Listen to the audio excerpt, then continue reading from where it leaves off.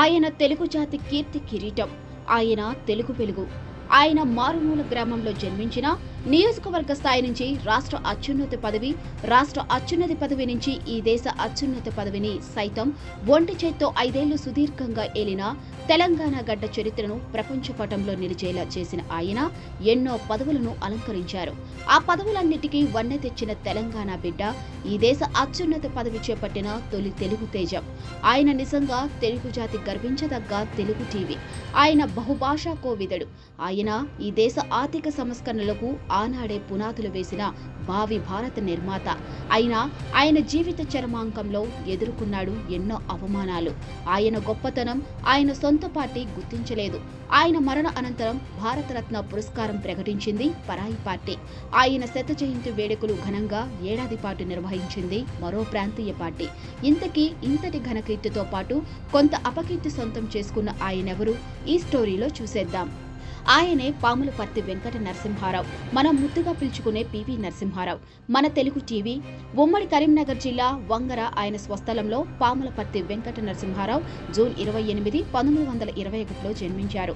ఒక న్యాయవాదిగా ఆయన జీవితాన్ని ప్రారంభించారు. భారతదేశానికి 9వ ప్రధానమంత్రిగా 1991 నుంచి 1996 దాకా పనిచేశారు పివి. బహుభాషావేత్త, రచయిత కూడా. ఈ పదవిని అధిష్ఠించిన మొదటి దాక్షిణ్యాత్యుడు ఒకే ఒక్క తెలుగువాడు. భారత ఆర్థిక వ్యవస్థలో విప్లవాత్మకమైన సంస్కరణలకు బీజం వేసి కుంటుతున్న ఆర్థిక వ్యవస్థను తిరిగి పట్టాలెక్కించిన ఘనతను సొంతం చేసుకున్న ఘనుడు. అంత ఘనకీర్తిని సొంతం చేసుకున్న ఆయన ప్రధాని. 1957లో మందరి శాసనసభ్యుడిగా రాజకీయ జీవితం ఆరంభించిన పివి రాష్ట్ర మంత్రిగా, ముఖ్యమంత్రిగానే కాకుండా కేంద్ర రాజకీయాల్లో కూడా ప్రవేశించి ప్రధానమంత్రి పదవిని చేపట్టాడు. కాంగ్రెస్ నేతృత్వంలో తగిన సంఖ్యాబలం లేని మైనారిటీ ప్రభుత్వాన్ని పూర్తికాలం పాటు నడిపించడం ఆయన ఘనకార్యం. అయితే పివి ప్రధానిగా ఉన్న సమయంలోనే దేశ లౌకిక విధానమునకు సంబంధించిన బాబ్రీ మసీదు కూల్చివేత కూడా ఆయన ప్రధానమంత్రిగా ఉన్నప్పుడు జరగడం పివి టీవీకి కొంత అపకీర్తి తెచ్చిన అంశం.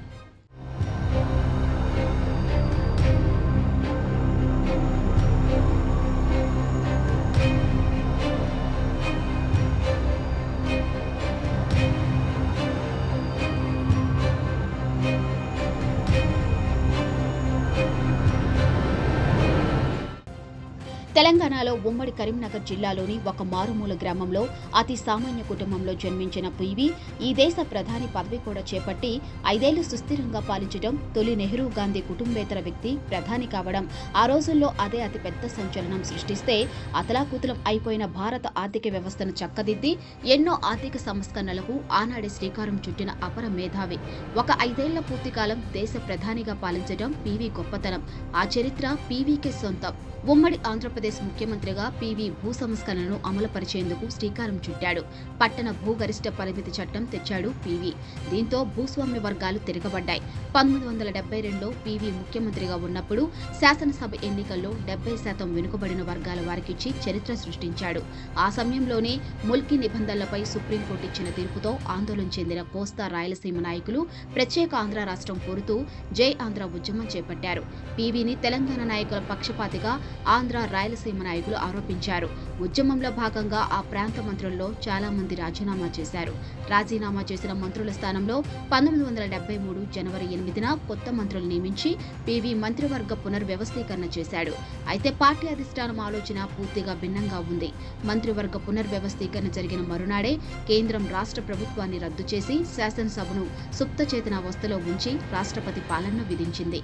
ఆ విధంగా పివి ముఖ్యమంత్రిత్వం ముగిసింది. శాసనసభ సభ్యుడిగా 1977 వరకు అతను కొనసాగిన రాష్ట్ర రాజకీయాల్లో పూర్తిగా పక్కన పెట్టబడ్డాడు.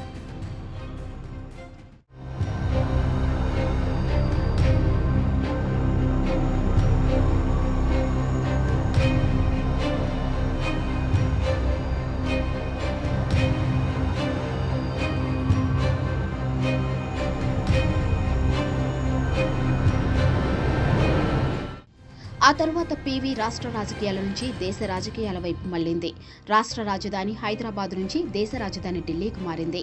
కాంగ్రెస్ పార్టీ ప్రధాన కార్యదర్శిగా నియమితుడయ్యాడు. మొదటిసారిగా లోక్సభకు హనుమకొండ స్థానం నుండి ఎన్నికయ్యాడు.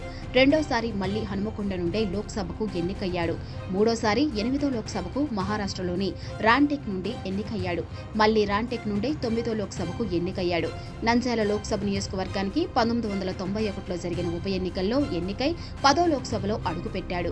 1980-1989 మధ్యకాలంలో కేంద్రంలో హోంశాఖ, విదేశీ వ్యవహారాల శాఖ, మానవ వనరుల అభివృద్ధి శాఖలను నిర్వహించాడు. 1987 అలీన దేశాల శిఖరాగ్ర సమావేశంలో స్పానిష్లో మాట్లాడి క్యూబా అధ్యక్షుడు ఫిడెల్ కాస్ట్రోను అబ్బురపరిచాడు.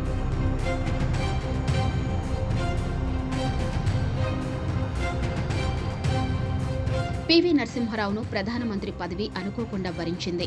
1991 సార్వత్రిక ఎన్నికల్లో పోటీ చేయకుండా దాదాపుగా రాజకీయ సన్యాసం తీసుకున్నాడు పీవీ. ఆ సమయంలో రాజీవ్ గాంధీ హత్యకు గురవడం కారణంగా కాంగ్రెస్ పార్టీకి నాయకత్వ సమస్య తలెత్తింది. తనకంటూ ప్రత్యేక గ్రూపు లేని పీవీ అందరికీ ఆమోదయోగ్యుడిగా కనపడ్డాడు. వానప్రస్థం నుండి తిరిగి వచ్చి ప్రధానమంత్రిగా బాధ్యతలు స్వీకరించాడు. ఆంధ్రప్రదేశ్లోని నంద్యాల లోక్సభ నియోజకవర్గం నుండి గంగుల ప్రతాపరెడ్డిచే రాజీనామా చేయించి అక్కడి ఉప ఎన్నికల్లో గెలిచి పీవీ లోక్సభలో అడుగుపెట్టాడు. సాటి తెలుగువాడి ప్రధాని అవుతున్నాడని నంద్యాల పార్లమెంట్ సీటుకు జరిగిన ఉప ఎన్నికల్లో ఎన్టీ రామారావు పీవీకి పోటీగా తెలుగుదేశం అభ్యర్థిని పోటీలో పెట్టలేదు. అయితే ప్రభుత్వానికి, కాంగ్రెస్ పార్టీకి అది చాలా క్లిష్ట సమయం. ప్రభుత్వానికి సంపూర్ణ మెజారిటీ లేని పరిస్థితి. సహజ సిద్ధంగా ఉన్న తెలివితేటలు, కేంద్రంలో వివిధ మంత్రిత్వ శాఖల్లో పీవీకి ఉన్న అపార అనుభవం క్లిష్ట సమయంలో తోడ్పడ్డాయి. 5 సంవత్సరాల పరిపాలనా కాలాన్ని పూర్తి చేసుకున్న ప్రధానమంత్రుల్లో నెహ్రూ, గాంధీ కుటుంబాల బయటి మొదటి వ్యక్తి పీవీ కావడం విశేషం. మైనారిటీ ప్రభుత్వానికి నేతృత్వం వహించి 5 ఏళ్ల పూర్తికాలం ప్రధానిగా పాలించడం పీవీ రాజనీతికి, చాకచక్యతకు నిదర్శనం. అందుకే పీవీ అపరచాణక్యుడు అని కూడా అంటారు.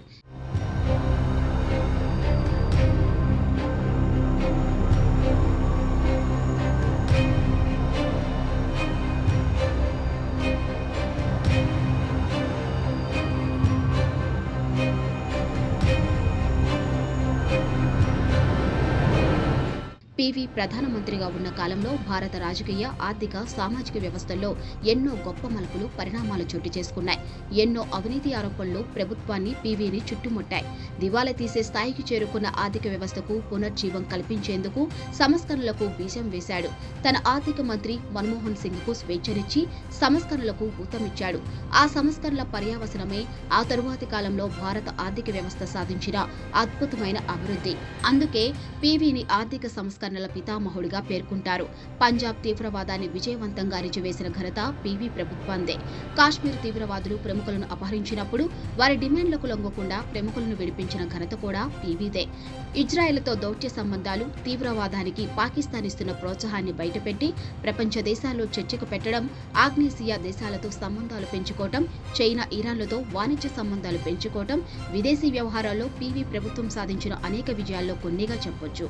1998లో వాజ్పేయి ప్రభుత్వం జరిపిన అణు పరీక్షల కార్యక్రమాన్ని మొదలుపెట్టింది పీవీ ప్రభుత్వమే. పీవీ కాలంలోనే అణుబాంబు తయారైంది. ఈ విషయాన్ని స్వయంగా వాజ్పేయి ప్రకటించడం విశేషం.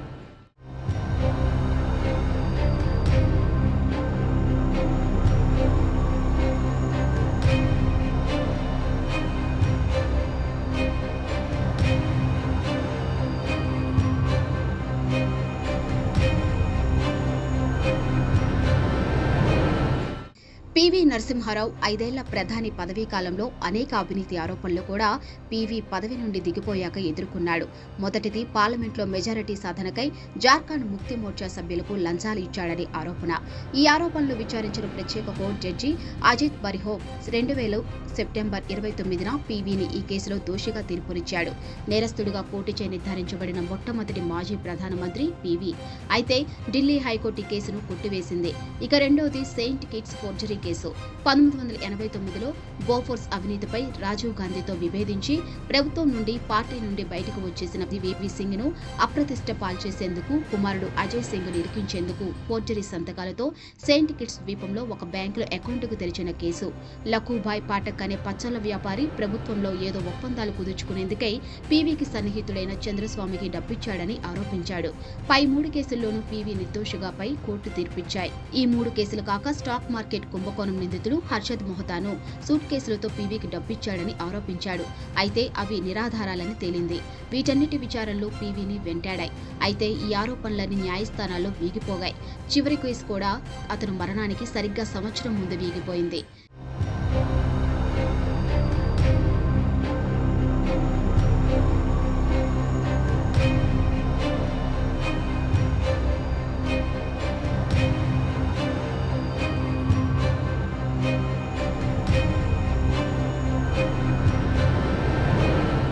పివి నరసింహారావు మరణించిన తరువాత అతని కుటుంబం అంత్యక్రియలు న్యూఢిల్లీలో ప్రభుత్వ లాంఛనాలతో జరగాలని కోరింది.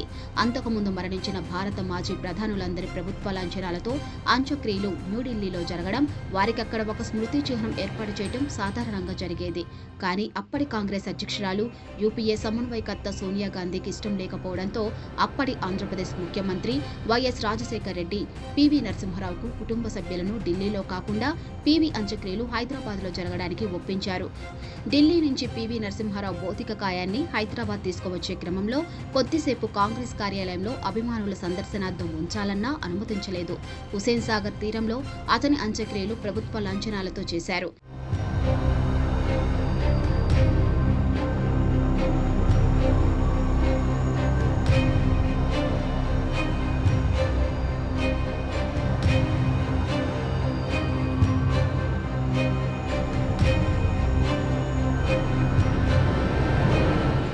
పివి నరసింహారావు చాలా నిరాడంబరంగా జీవించి తన పిల్లలను కూడా ప్రధానమంత్రి కార్యాలయానికి దూరంగా ఉంచారు. అధికారాన్ని వ్యక్తిగత అవసరాలకి వాడుకోని వ్యక్తి పివి. చివరి దశలో కోర్టుల చుట్టూ తిరగడానికి ఆస్తులు కూడా అమ్ముకోవలసి వచ్చింది. పివి ఎదుర్కొన్న అవినీతి ఆరోపణలపై పోరాటం చేసి చివరికి అన్నింట్లో తన నిర్దోషిత్వాన్ని నిరూపించుకున్నాడు. రాజు తదనంతరం కాంగ్రెస్ కు నాయకత్వ సమస్య ఎదురైనప్పుడు సన్యాసం వీడి ప్రధాని పదవి చేపట్టాడు. సమర్థంగా 5 ఏళ్లు పాలించి గాడి తప్పిన ఆర్థిక వ్యవస్థను చక్కదిద్దాడు. కాంగ్రెస్ పార్టీ రాష్ట్ర స్థాయి, జాతీయ స్థాయి పదవులతో పాటు ఎమ్మెల్యేగా, రాష్ట్ర మంత్రిగా, కేంద్ర మంత్రిగా, ప్రధానమంత్రిగా ఎన్నో అత్యున్నత పదవులను అలంకరించారు పివి నరసింహారావు. తన పుట్టి పెరిగిన గడ్డ పేరును ప్రపంచ పటంలో సుస్థిర స్థానాన్ని సువర్ణ అక్షరాలతో లిఖించేలా చేశాడు. చివరికి సొంత కాంగ్రెస్ పార్టీలో ఇంటా బయట ఎన్నో కూడా అవమానాలు ఎదుర్కొన్నాడు. 2004 డిసెంబర్ 23 రోజున ఆయన తన మరణానికి సరిగ్గా ఏడాది ముందే కోర్టులో తన నిర్దోషిత్వం నిరూపించుకున్నాడు. కాంగ్రెస్ పార్టీలో తెలంగాణ ప్రాంతం నుంచి ప్రధానిగా ఎదిగి తెలుగు ప్రజలకు గర్వకారణమయ్యారు. తెలంగాణ రాష్ట్ర ప్రభుత్వం పివి శత జయంతి వేడుకలు ఏడాది కాలం పాటు నిర్వహించింది. తెలంగాణ రాష్ట్ర రాజధాని నడిబొడ్డున ఆయన భారీ విగ్రహాన్ని ఏర్పాటు చేసి పివి పేరుతో శృతివనం నిర్మించింది బీఆర్ఎస్ ప్రభుత్వం. కేంద్రంలోని బీజేపీ ప్రభుత్వం మాజీ భారత ప్రధాని పివి సేవలను గుర్తించింది. పివి నరసింహారావుకు గత ఏడాది భారతరత్న పురస్కారం ప్రకటించింది. ఏది ఏమైనా పివి అంటే మన తెలుగు టీవీ. నేడు ఆయన జయంతి రోజు. మనందరం తెలుగు జాతి ఖ్యాతి, కీర్తి ప్రపంచ స్థాయిలో నిలబెట్టిన మన తెలుగు వెలుగు పివిని గుండెల నుండా స్మరించుకుందాం. పివి జయంతి వేడుకలను ఘనంగా నిర్వహిద్దాం. జై హో పివి, జోహార్ పివి అని నినాదిద్దాం.